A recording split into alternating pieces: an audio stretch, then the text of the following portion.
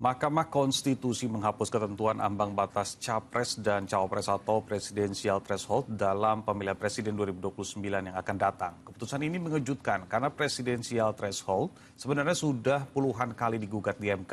Rekan Agi Kurnia Sandi dan Gilang Robia akan membahasnya dalam Kopi Pagi. Komentar pilihan Liputan 6 Pagi.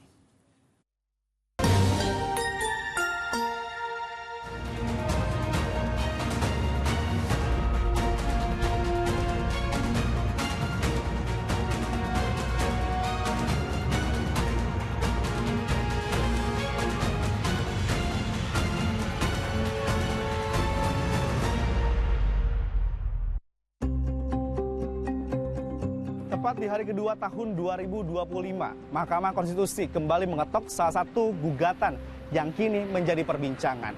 Secara mengejutkan, MK mengabulkan salah satu ketentuan penghapusan ambang batas pencalonan presiden dan wakil presiden atau presidensial threshold.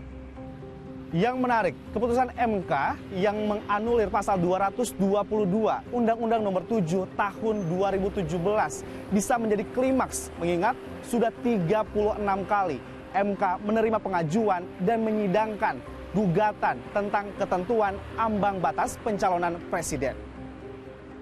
Bersama saya, Agi Kurnia Sandi dan juru kamera Gilang Robi, kita bahas dalam Kopi Pagi, komentar pilihan Liputan 6 Pagi. 1. Semua partai politik peserta pemilu berhak mengusulkan pasangan calon presiden dan wakil presiden. 2. Pengusulan pasangan calon presiden dan wakil presiden oleh partai politik atau gabungan partai politik peserta pemilu tidak didasarkan pada persentase jumlah kursi di DPR atau perolehan suara sah secara nasional.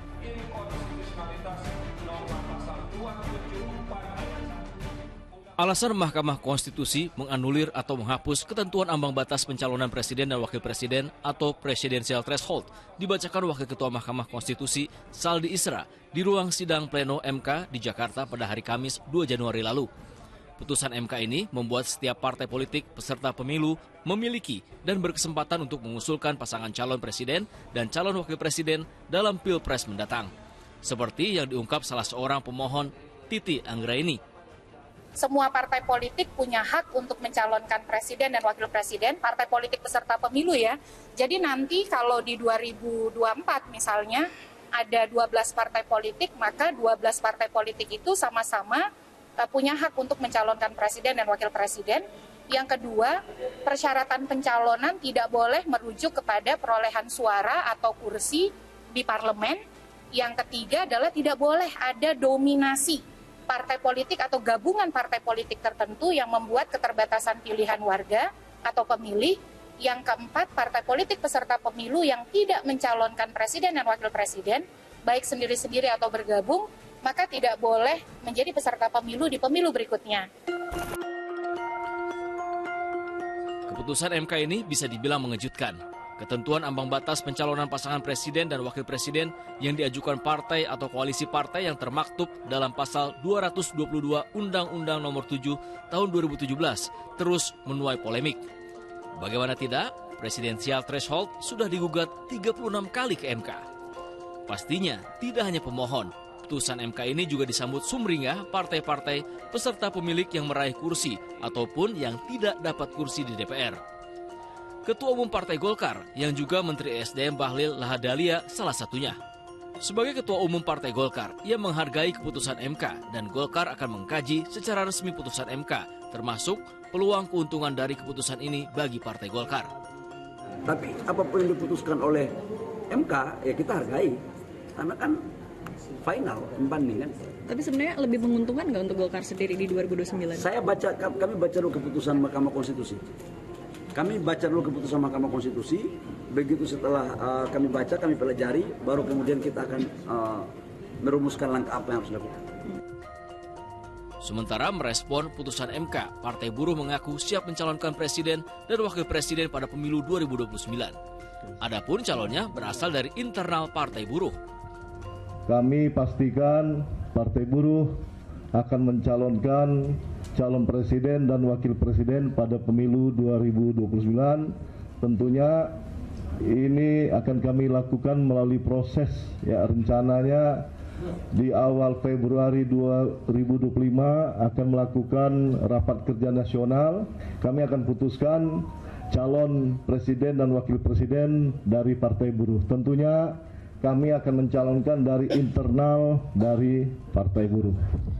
Itu tadi tanggapan dari partai. Bagaimana reaksi dari Komisi Pemilihan Umum RI sebagai salah satu lembaga pelaksana pemilu? Salah seorang komisioner KPU, Idam Holik, menjelaskan, sebagai penyelenggara pemilu, KPU akan menindaklanjuti putusan MK. Bersama DPR serta pemerintah, KPU akan memberikan masukan-masukan strategis dalam rancangan Undang-Undang Pemilu. Kami, KPU sebagai penyelenggara pemilu, kami nanti akan memberikan masukan-masukan strategis berkaitan dengan pembahasan rancangan Undang-Undang Pemilu, karena informasi yang kami peroleh di tahun 2025 dalam agenda program legislasi nasional akan dibahas RUU atau rancangan Undang-Undang Pemilu. Giliran masyarakat menanggapi putusan MK yang menghapus ketentuan ambang batas pencalonan pasangan presiden dan wakil presiden yang dicalonkan partai. Ya sih, saya ngelihat berarti kan nanti partai-partai kecil gitu ya yang punya suara dikit ataupun yang sekarang belum masuk parlemen kan punya kesempatan gitu untuk nantinya mencalonkan. Ini sebenarnya saya ngelihatnya sebuah hal yang memang kesempatan aja buat mereka-mereka dan yang memang nggak punya kursi banyak gitu di DPR untuk mencalonkan presiden mereka. Jadinya nanti nggak cuma partai yang punya suara gede doang gitu yang bisa nyalonin, tapi partai-partai juga berpeluang gitu untuk nantinya itu bisa calonin presiden dan wakil presiden. Sebenarnya jadi lebih bagus ya, jadi kita punya lebih banyak pilihan waktu pemilu nanti. Mungkin yang jadi PR-nya gimana DPR sama MK itu patuh sama peraturan yang udah dibuat gitu aja sih. Kalau urusan anggaran mungkin bukan urusan kita ya, kita yang penting kita dapat pilihan yang lebih baik, lebih banyak. Kalau urusan anggaran kan bisa diatur sama pemerintah, kan sebelumnya juga anggaran sudah gede-gede. Kalau aku sih kurang setuju ya, soalnya kan kalau misalnya presiden itu kan butuh dukungan dari parlemen juga. Maksudnya nggak, kalau misalnya dia nggak punya dukungan di parlemen, ini nanti kan kebijakan-kebijakannya bisa nggak terjadi atau terrealisasi gitu. Jadi mungkin harusnya ada ambang batas tuh penting sih menurut aku. Awal tahun 2024 lalu, bangsa Indonesia baru saja menggelar pesta rakyat, pemilu legislatif dan pemilihan presiden dan wakil presiden.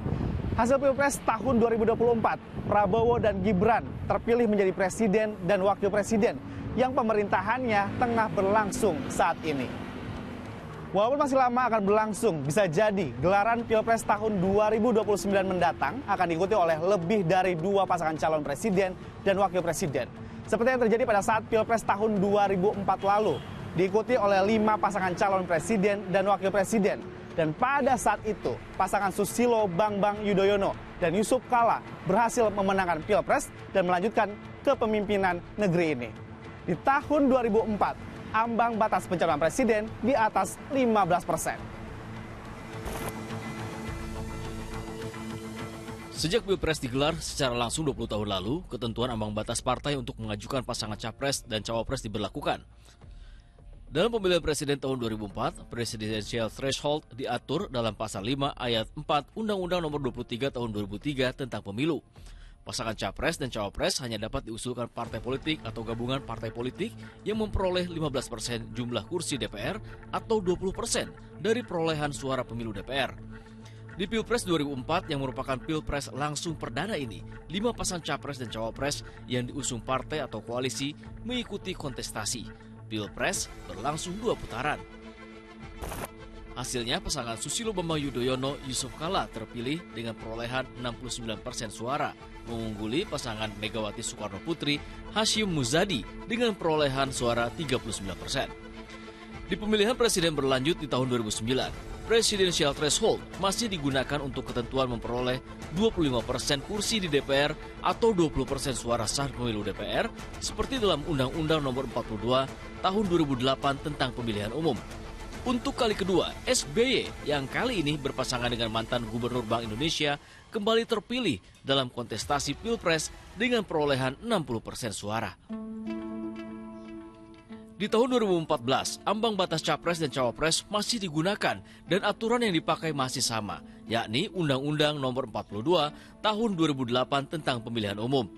Pasangan Jokowi Yusuf Kala mendapatkan kepercayaan untuk memimpin Indonesia dengan perolehan 53% suara, sementara pasangan Prabowo Hatta memperoleh 46% suara.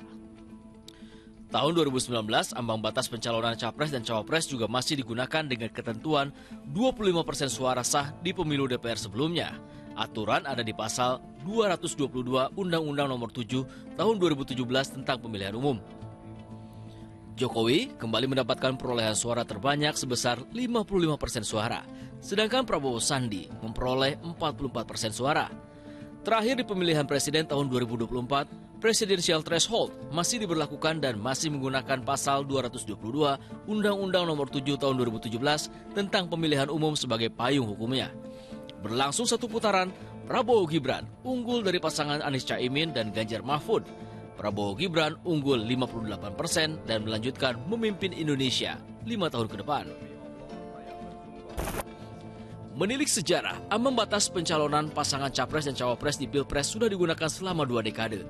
Keputusan MK membuka peluang capres dan cawapres di pemilu 2029 bisa lebih dari 5 pasang. Lalu, apa keuntungan dan kerugian presidensial threshold dihapus? Jadi ini tentu saja monumental bersejarah mengabaikan 4 kali proses Pilpres yang selalu menggunakan ambang batas. Dan di satu sisi lain tentu saja segala kebijakan hukum itu menyisakan potensi negatif. Kita ketahui bahwa dinasti juga potensial untuk mengajukan calonnya dan memudahkan dinasti untuk bisa mengajukan calonnya. Tapi itu ekses negatif yang mau tidak mau memang ada, karena demokrasi itu kan membuka hak setiap orang untuk mencalonkan, dan nanti publik pemilih lah yang punya ruang untuk menentukan siapa yang mereka akan pilih. Itu tadi pendapat pakar hukum tata negara. Lalu, apa pendapat masyarakat?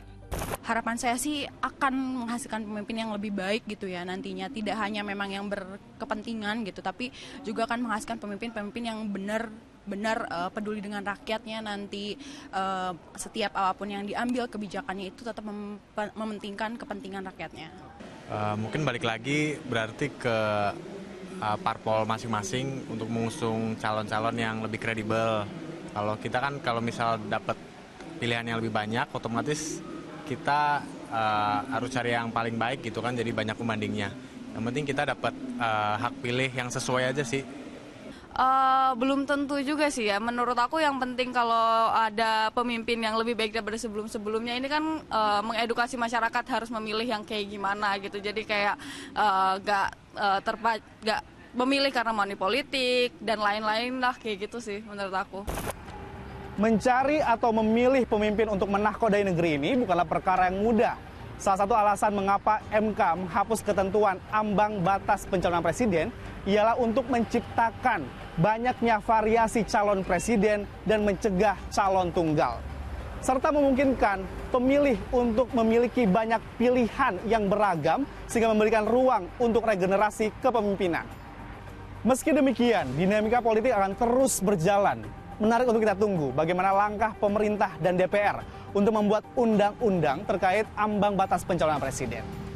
Saya Agi Kurniasandi dan juru kamera Gilang Robi. Terima kasih telah bersama kami dalam edisi Kopi Pagi kali ini. Sampai jumpa di Kopi Pagi selanjutnya. Salam SCTV.